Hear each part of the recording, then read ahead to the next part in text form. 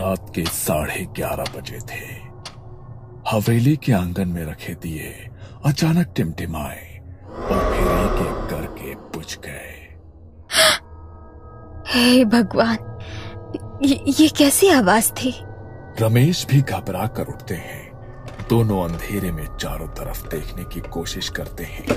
Kitchen से लगातार खड़खड़ाहट की आवाज आ रही थी। शारदा डरते डरते अंदर गई। मिट्टी के बर्तन जमीन पर बिखरे पड़े थे, लेकिन वहां कोई नहीं था।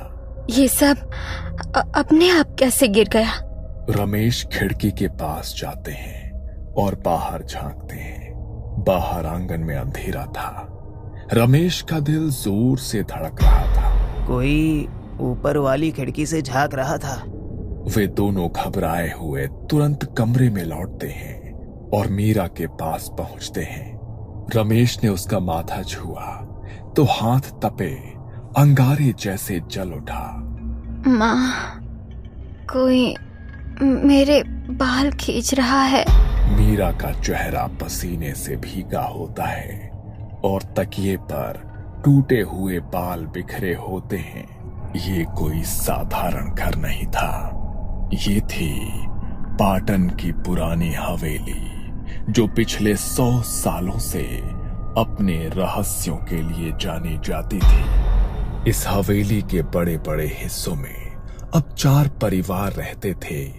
रमेश और शारदा अपनी बेटी मीरा के साथ, सुधीर अपने बूढ़े पिता के साथ, जोशी जी अपनी पत्नी और 2 बेटों के साथ, और कुछ ही महीनों पहले सबसे किनारे वाले हिस्से में रहने आई थी कमला, अकेली विधवा औरत। दिन में सब कुछ सामान्य दिखता। लोग काम पर जाते, बच्चे खेलते और हवेली किसी आम जगह की तरह लगती। लेकिन रात होते ही हवेली बदल जाती थी। दीवारों पर नमी से अजीब धब्बे बन जाते थे। गलियारों से धीमी धीमी आवाजें सुनाई देती थी। हवेली में सालों से लोग रहते आए थे। छोटी मोटी बातें तो पहले भी होती थी, लेकिन ये सब कुछ ही महीने पहले शुरू हुआ था। अजीब घटनाएं तेजी से बढ़ने लगी और सबसे डरावनी बात, हर रात किसी न किसी के कमरे से अजीब आवाजें आती। और आज बर्तन गिरना, दिए बुझना और मीरा का बुखार, ये इस डरावनी रात की बस शुरुआत थी। अब ये हवेली सिर्फ 4 परिवारों का सहारा नहीं रह गई थी। ये धीरे धीरे एक रहस्यमयी जाल में बदल रही थी। हर रात, हर सुबह कुछ अजीब घटने लगा था, जिसे कोई समझ नहीं पा रहा था। जोशी के घर में दूध उबाला जा रहा था। जोशी जी उबलते दूध का ढक्कन उठाते हैं तो अंदर पूरा दूध फट चुका था। ये कैसा अपशकुन है? हर सुबह दूध खट्टा क्यों हो जाता है? सिर्फ दूध ही नहीं, हवेली में बना हर ताजा खाना कुछ ही देर में बासी हो जाता। सुबह की रोटियां दोपहर तक काली पड़ जाती और मीठे पकवान से अजीब सी सड़ी हुई गंध आने लगती। हवेली के आंगन में अजीब गोल निशान दिखाई देते हैं। ये देखो, राख से बने गोल निशान, जैसे किसी ने यहाँ कुछ लिखा हो। धीरे धीरे इन अजीब घटनाओं ने हवेली के दूसरे हिस्सों को भी घेर लिया। रात को सुधीर के घर में उनके पिता की चारपाई अपने आप हिलने लगती है। कभी उनके तकिए के नीचे से मिट्टी निकलती और कभी दरवाजा बंद करने के बावजूद अंदर किसी के चलने की आहट सुनाई देती। कभी बाहर लाठी पटकने की आवाज सुनाई देती और फिर किसी के खांसी की आवाज।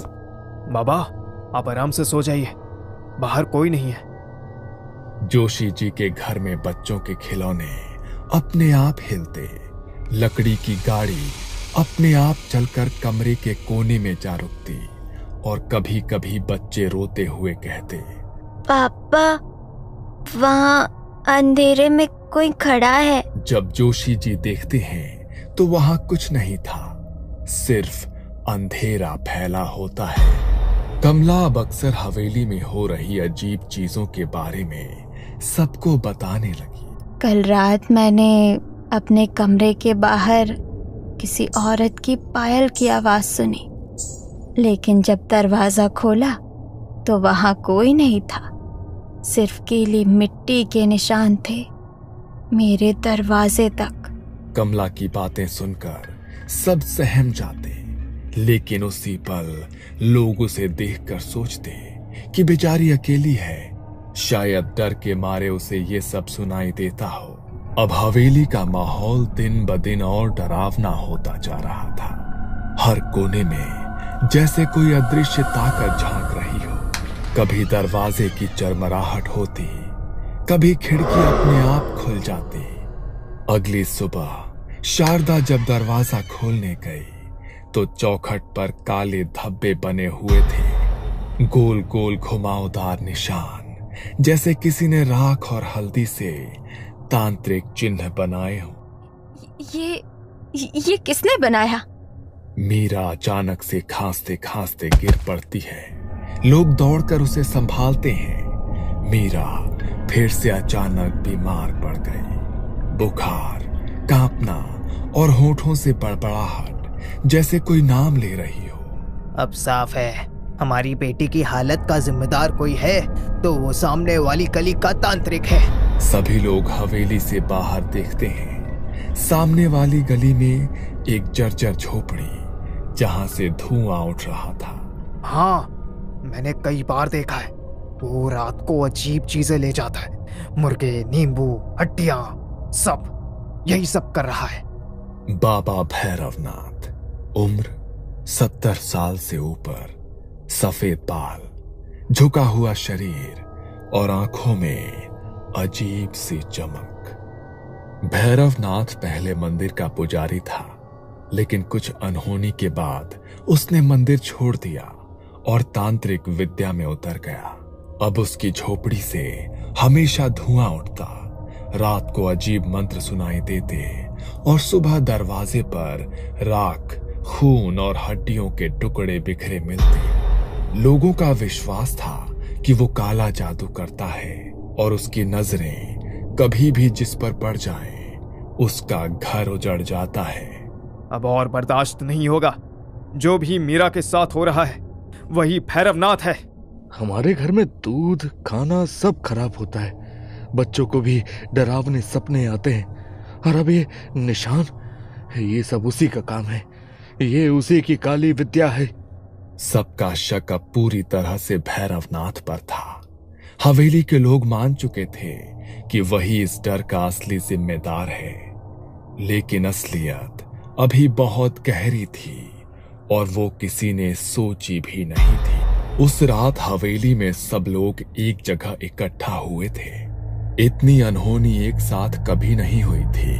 दूध फटना, खाना सड़ना, बच्चों का बीमार पड़ना, सबका गुस्सा अब डर से बड़ा हो चुका था। अब और बर्दाश्त नहीं। ये सब उसी भैरवनाथ की करतूत है। कल सुबह उसके दरवाजे पर चलेंगे। पर अगर उसकी नजर हम पर पड़ गई तो? सुना है जिसने भी उसे ललकारा उसका घर तबाह हो गया। डरते रहेंगे तो ये खत्म नहीं होगा। आज मेरी बारी है, कल तुम्हारी भी आ सकती है। हमें जाना ही होगा।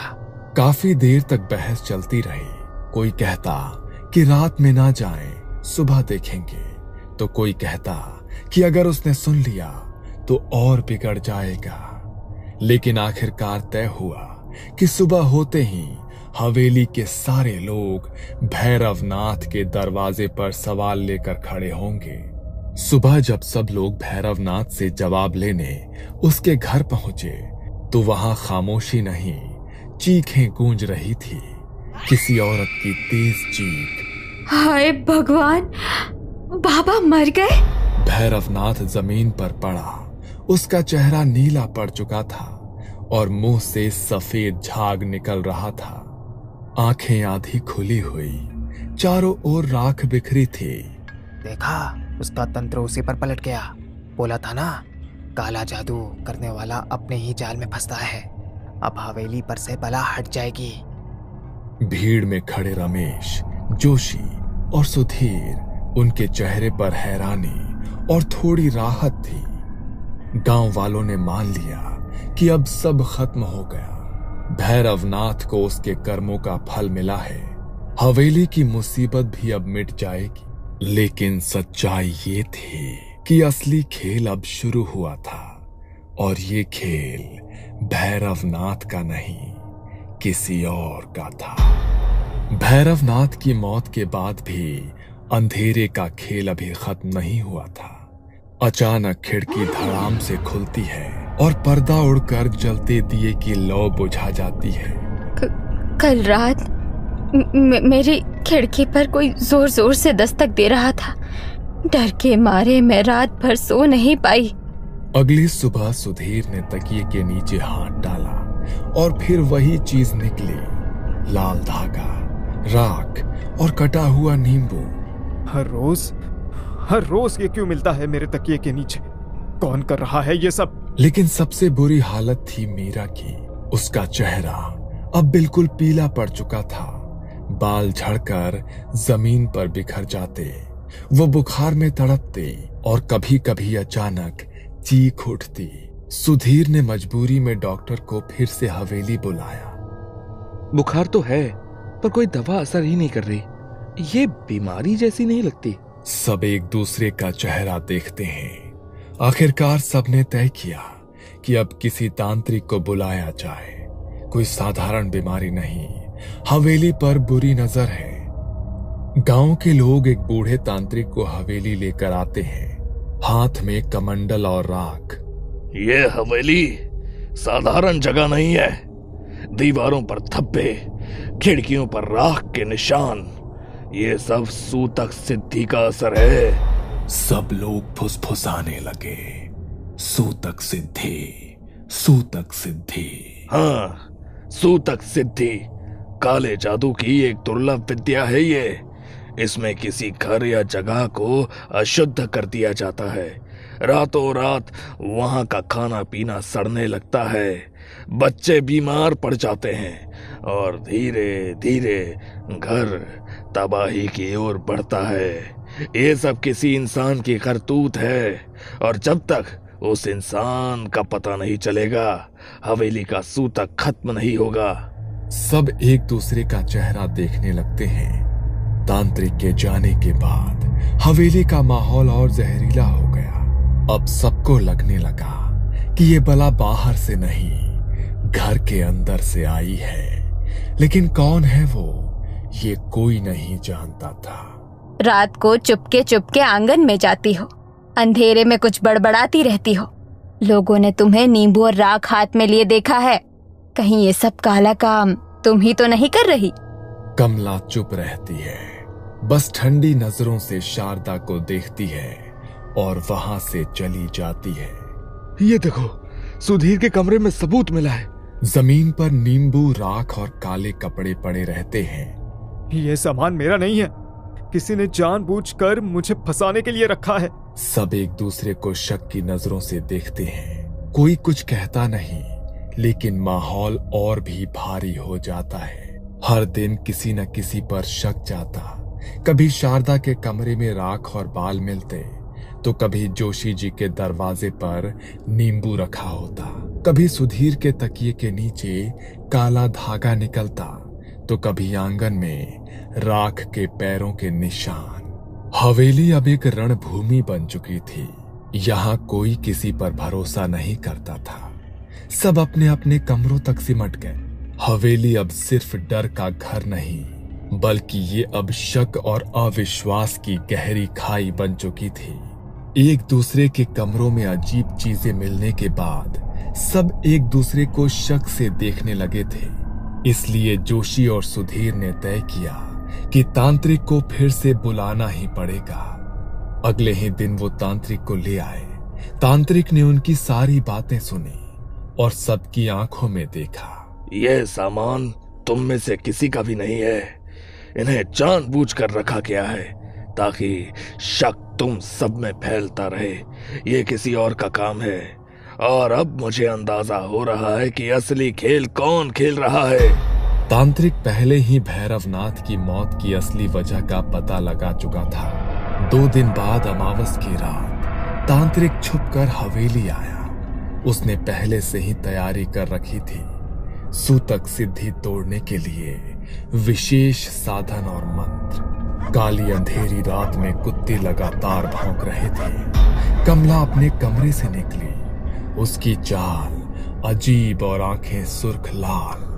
वो आंगन की चौखट तक पहुंची ही थी कि तांत्रिक ने अपना मंत्र उस पर उलट दिया। पल भर में कमला जमीन पर गिर पड़ी। उसका शरीर ऐंठा हुआ, चेहरा अकड़ा हुआ और होंठ आधे खुले हुए, जैसे किसी ने अंदर से उसकी सांसें खींच ली हो। अचानक भौंकते कुत्ते एक साथ खामोश हो गए। अगली सुबह जब घर वाले बाहर आए तो कमला को देखकर सब सन्न रह गए। वो चौखट पर ऐसे पड़ी थी जैसे किसी अदृश्य बिजली ने उसे जकड़ लिया हो। कोई नहीं जान पाया कि कमला ने अपनी आखिरी सांस तक क्या देखा, क्योंकि उसकी आंखें और होंठ डर से खुले पड़े थे। कमला की मौत के बाद हवेली का सन्नाटा और गहरा हो गया था, लेकिन हर किसी के मन में एक ही सवाल था कि आखिर ये सब क्यों हुआ, कमला कौन थी और उसके साथ क्या हुआ। लोग फुसफुसाने लगे। कोई कहता है कि कमला की मौत का राज जानना होगा। तभी तांत्रिक हवेली में आते हैं। उसकी मौत पर अफसोस करने का कोई मतलब नहीं। ये सब कमला का ही किया हुआ था। उसने सूतक सिद्धि साधी थी और उसी ने चालाकी से तुम सबका शक भैरवनाथ की तरफ मोड़ा। भैरवनाथ उसकी हकीकत जान चुका था, इसलिए वो उसका पहला शिकार बना। ये सुनकर सब दंग रह गए। औरतें मुंह पर हाथ रख लेती हैं। लेकिन कमला ऐसा क्यों करेगी? उसने हमें क्यों सताया? क्योंकि उसे किसी को खुश देखना पसंद नहीं था।